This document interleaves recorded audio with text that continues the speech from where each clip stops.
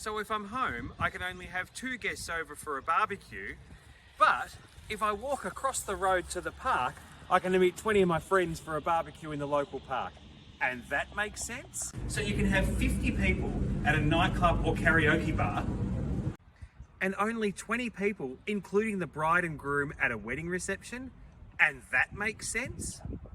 So I can have 50 people in a gym at any one time, but yet a place like this that has classes can only have a maximum of 10 in a class, and that makes sense? If your maximum numbers is under 25 people, you don't need to comply with 1 per 4 square metres. And here at the Community Park Hotel, the virus must be more contagious because you've got to keep your social distancing.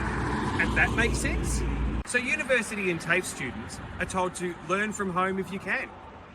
And all government and independent schools are back at school, and that makes sense? So you can have 75 people at a funeral here in Greater Melbourne, but 100 out in regional Victoria. How does that make sense? So I'm not allowed to come to the Beaconsfield Football Club, have a beer and watch a game this weekend, but I can travel down the highway to Warragul, have a beer and watch a game there. And that makes sense?